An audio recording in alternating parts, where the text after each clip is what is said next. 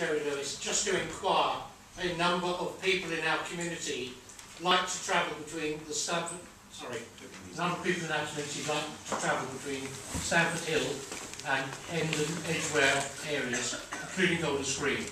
There is a bus route. Is this the 210? This is the 210. The 210. Nobody's ever conquered this issue. The 210 to get off it in Finsbury Park is not a most savoury experience, and especially for those vulnerable members of our community, they've been asking for a very long time for a direct route from North West London to the Stamford Hill area. What can you promise? I am told that Eddie, what can we promise on the 210? You do a bus review of the services going into Henry. Can I just say that you do? Look again at the whole bus service. Is that the best we can do? I think that is the best thing. It's a lot of buses that need to be altered. It's not one bus. Well, I was there the other day, and it wasn't just the 210, it was the 160. 210 and the 73. 73. Yeah. And I think I've undertaken to sort the problem out. I remember I made a previous commitment to sort this out. I think we're going to have to do slightly better than what Eddie is suggesting. We will sort it out. We will sort out the issue of the 210 and the 73. As indeed, and I hope, by the way, I just heard someone say, you know, that's what they said before, and you know, I know there's a lot of cynicism about the ability of TfL to deliver, isn't there? Well, I hear from the councillor from Barnet. Let me ask you, my friends, what about Henley's Corner? Do we not deliver that? We delivered in a way that not only benefited. It is absolutely true, and it shows the logic. It shows the logic of maintaining investment in transport infrastructure. We delivered a solution that was technologically extremely sophisticated, but that benefits cyclists, that benefits pedestrians, and actually benefits motorists as well. And we will continue. And that is why. To get to your point, whatever we come up with the 210 and the 73, can I make a point to you? It will cost money. It will cost money. And that is why it is crazy in this tough time for London, when there is so much that we need to invest in, to go around talking about cutting more than £1 billion, as Ken Livingstone is proposing to do, more than £1 billion from transport investments. And that is why I think our policy is the correct one for this city. Thank you. Yes. Sorry. So Linda. Yeah. And then after that we're going to move on to transport.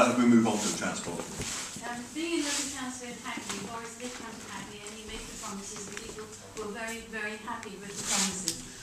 Just to let you know, that might help you, Eddie, is that the Lee Bridge roundabout, which we fought for and was there, you could do the turnaround of the Lee Bridge roundabout for the 210.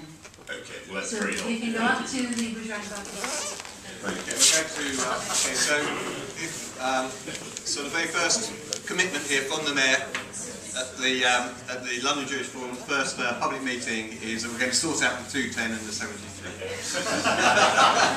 Well done. Well done, man in the front row.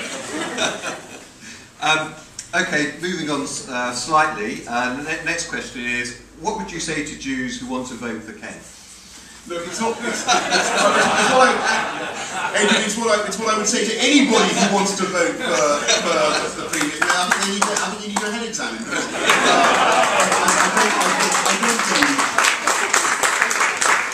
It's the same for all Londoners. I think we've got to a stage now where the previous mayor is desperate for a return to office. I think it's his last throw at the thing, and he really is starting to say anything to any group that he thinks will listen to his promises of free dosh. You can't endlessly go around promising everything. There are great restrictions on public expenditure at the moment. I'm convinced that we can deliver much better value to the city and keep investment going.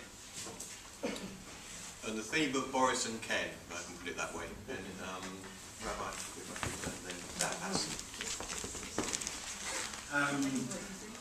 I think one of the things that are concerning the Jewish community, that the way the campaign is going regarding the Jewish community, that everybody's been told you have to vote for Boris because you can't really vote for Ken. And I must say I was quite impressed that you didn't go along those lines. you actually talk about more positive things. But what we're really concerned is that if we don't want to be in a position just to say you have to vote for me because you can't vote for Ken. I'd rather hear from you many more promises, and to be very honest, if you're going to break some, I don't really mind.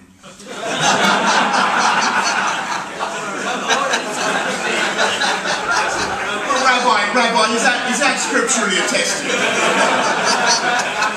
Well, let the truth and If you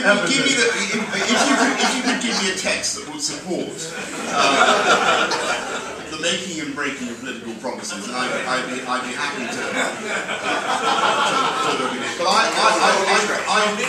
are you claiming not to be a politician? No, but my strong view is that in these are very difficult times, and I think actually that it's times when belief and trust in politics has been greatly eroded. You've got lots of people say curse on all your houses. I don't believe we will. If you can stick to what you say, and if you look at the manifesto I stood on in 2008, and you look at what we've delivered, it is actually astonishing. I think my officials in City Hall are amazed and indeed perplexed at the religious way we've tried to deliver what we said we would do. And the Western Extension Zone of the Congestion Charter, we promised we would consult on it together. We did. With the Oyster card on the overground rail, we said we would do it. We did. We said we would get rid of the bendy bus. We did. And we said we'd bring in a new bus. It was incredibly difficult to do. We've got a wonderful new bus for London, which, by the way, contrary to the nonsense you will hear, the untruths from my opponents, the new bus for London is not only a fantastic piece of British technology, which creates jobs in this country, is the cleanest, greenest new bus in the whole of Europe, does about 12 miles per gallon, which is a lot for a bus, believe me, but also it restores to London's streets the hop-on, hop-off platform that was wrongly taken away, in my view. But also, we can deliver each of these new buses for no more than the cost of a current hybrid bus. It's a fantastic scheme. It was very difficult to do, but we delivered it. I think we did an analysis of an impartial analysis of my manifesto in 2008 was conducted. I think 91% of everything I said I would do, I did. And I want to go on and deliver more for London. And we will. And we will deliver improvements in the tube. We will extend the tube. We will make sure we will have new river crossings. We will make sure we get a fantastic legacy for the Olympics. We will build, by 2015, we will build 55, from 2011 to 2015, we're going to build 55,000 more affordable new homes, and they will be family-sized homes. We are going to do incredible things in London over the next 4 years. We will extend the bike path scheme, we will extend orbital rail, we will do wonderful, wonderful things for our city. But I'm not going to extend the Croydon tram link, but what I'm not going to do is stand up before you and make rash, uncosted, unfundable promises that I cannot deliver, because I think people are fed up with that approach. Dan. Hello Boris, Dan Patterson, comedy producer. Actually we are working on a Jewish Price is Right at the moment, which is members of the audience have to come down and guess how much an item would be if they had an uncle in the business, which is...